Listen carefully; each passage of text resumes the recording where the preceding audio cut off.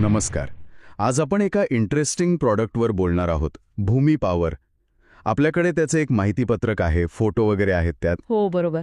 तर आज बघूया हे भूमी पॉवर नक्की काय आहे, कशापासून बनतं, कसं काम करतं म्हणतात ते, आणि फायदे काय काय सांगतात याचे.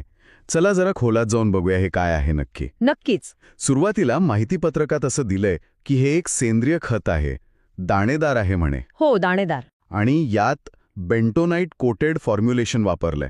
हे थोडं टेक्निकल वाटतंय. बेंटोनाइट कोटेड म्हणजे काय नक्की? सोपं आहे तसं. बेंटोनाइट म्हणजे एक प्रकारची मातीच असते, चिकण मातीसारखी. तर ह्या फॉर्म्युलेशनमध्ये काय करतात की जी पोषक तत्व आहेत ना, ती ह्या मातीच्या कणांना चिकटवतात, म्हणजे कोट करतात. अच्छा. याचा फायदा असा की हे जमिनीत टाकल्यावर एकदम विरघळून जात नाही सगळं. हळूहळू पिकांना जशी गरज लागेल तशी ती पोषक तत्व मिळत राहतात. ओके, म्हणजे एकदम पाण्यासारखं वाहून जात नाही, हळूहळू रिलीज होतं. अगदी बरोबर. स्लो रिलीज म्हणतात त्याला.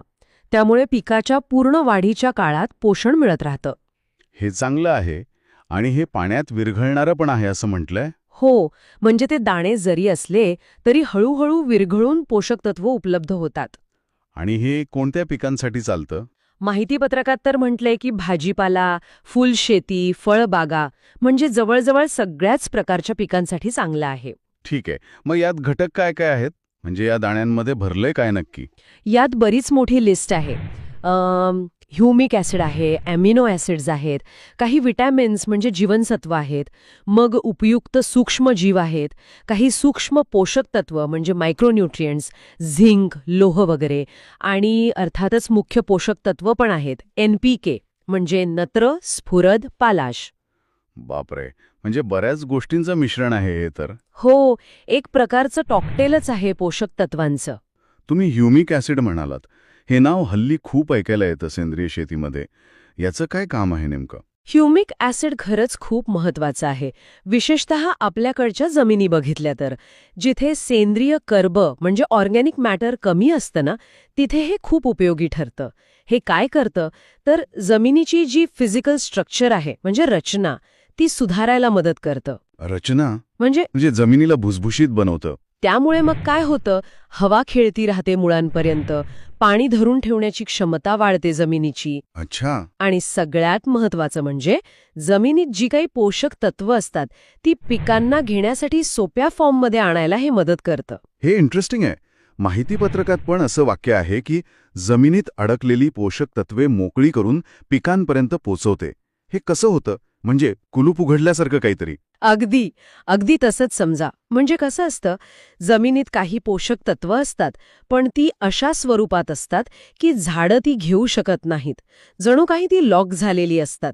ह्युमिक ॲसिड आणि यातले इतर घटक काय करतात, ते या लॉक झालेल्या तत्वांना अनलॉक करायला मदत करतात, ती झाडांना उपलब्ध करून देतात. वा, म्हणजे हे फक्त स्वतः पोषण देत नाही तर जमिनीतलं असलेलं पण वापरायला मदत करतं. बरोबर. हा त्याचा एक मोठा फायदा आहे. अजून काय फायदे सांगितले आहेत? जमिनीच्या रचनेबद्दल तुम्ही म्हणालात ना? हो, रचना सुधारते, भुसभुशीतपणा वाढतो, त्यामुळे साहजिकच पाणी आणि पोषक तत्वांचं शोषण चांगलं होतं झाडांकडून. आणखी एक गोष्ट म्हणजे यातले सूक्ष्मजीव. हो, सूक्ष्मजीवांचा उल्लेख होता.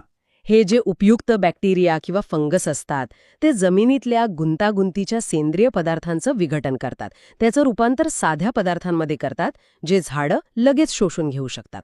म्हणजे जमिनीला एक प्रकारे जिवंत ठेवायला मदत करतात हे. अगदी, जमिनीचं आरोग्य सुधारतं त्यामुळे. आणि रासायनिक खतांबद्दल काय?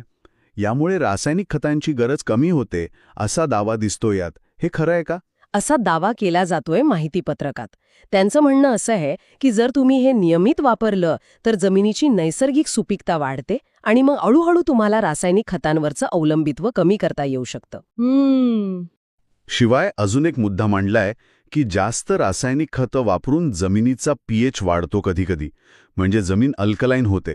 तर हा pH कमी करायला पण भूमी पॉवर मदत करतं असं त्यात लिहिलंय. हे ऐकायला तर खूपच आश्वासक वाटते, कारण रासायनिक खतांचे जे काही साईड इफेक्ट्स आहेत ते टाळता आले तर उत्तमच. अजून काही स्पेसिफिक फायदे सांगितले आहेत का? जसं की बियाण्यांवर परिणाम वगैरे? हो, त्यात असं म्हटलंय की बीज अंकुरण म्हणजे जर्मिनेशन चांगलं होतं, जमिनीत ओलावा टिकून राहायला मदत होते आणि कार्बन नायट्रोजन गुणोत्तर म्हणजे CN रेशो तो योग्य राखायला मदत होते. हे जमिनीच्या आरोग्यासाठी खूप महत्वाचं असतं. बरोबर.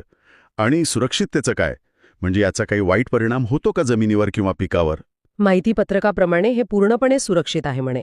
कोणताही हानिकारक परिणाम होत नाही असा दावा आहे. कारण हे सेंद्रिय आहे, त्यामुळे पर्यावरणालाही धोका नाही.